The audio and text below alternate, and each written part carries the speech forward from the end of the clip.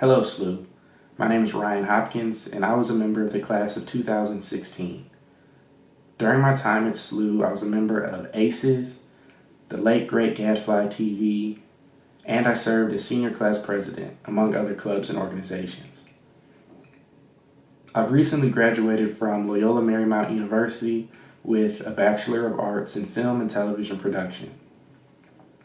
And with everything that's going on right now, what I wanted to do was share with you the story of an encounter I had with a police officer while I was at SLUH. It was late at night and I was driving and I didn't really know where I was, so I was using my GPS and my phone died. So I pulled over into the parking lot of a nearby park in order to gain my bearings.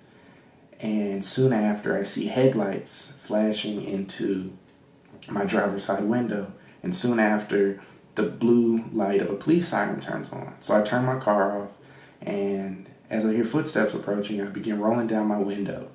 And through the headlights that are still on, I see the muzzle of a gun pointed at me. And I'm frightened, and so the first thing I say is, "Why is that necessary?" And so the police officer, she begins questioning me, asking me what drugs are in my car, and begins yelling at me and cursing at me, and I was never really given an explanation as to why I was stopped. Besides the fact that I guess it was late and the park was closed. But something catches her eye that causes her to stop and her whole demeanor changes. She looks at me and says, "Oh, you go to SLUH." And I look down and I was wearing a SLUH hockey hoodie similar to the one that I'm wearing right now. And I think about that story and I think about how it would have been different if I didn't go to SLUH. How would it have been different if I wasn't wearing the hoodie? And I remember that story very vividly because it was on October 22nd, 2015. And I know that date because it was my 18th birthday. And now, fast forwarding almost 5 years later, and I'm seeing all these people protesting and fighting for equality and fighting for justice. And I feel hope, because hope is really the only thing that I can feel. Because there was this fight that felt for a long time, it was so singular in that it was just people who looked like me fighting for justice in a small group of allies. And now that group has expanded exponentially.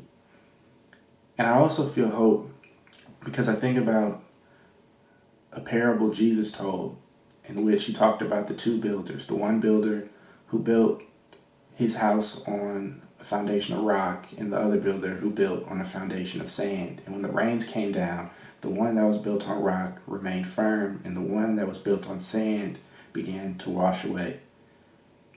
And so I'm hopeful that now we are seeing that there's this system that was built on sand, and hopefully we are being able to be the rain that washes it away.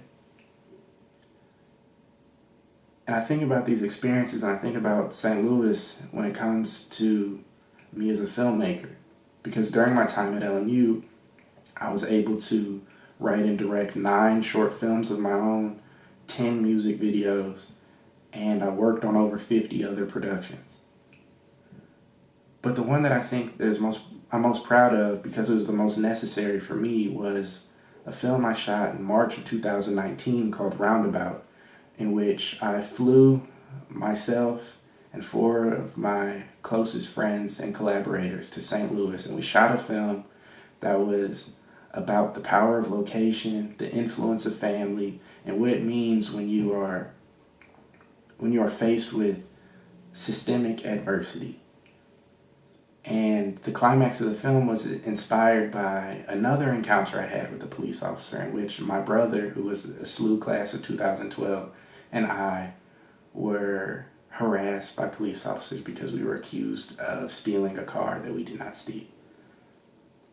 And so seeing people being able to connect to it emotionally means a lot for me because it was an emotional experience for myself.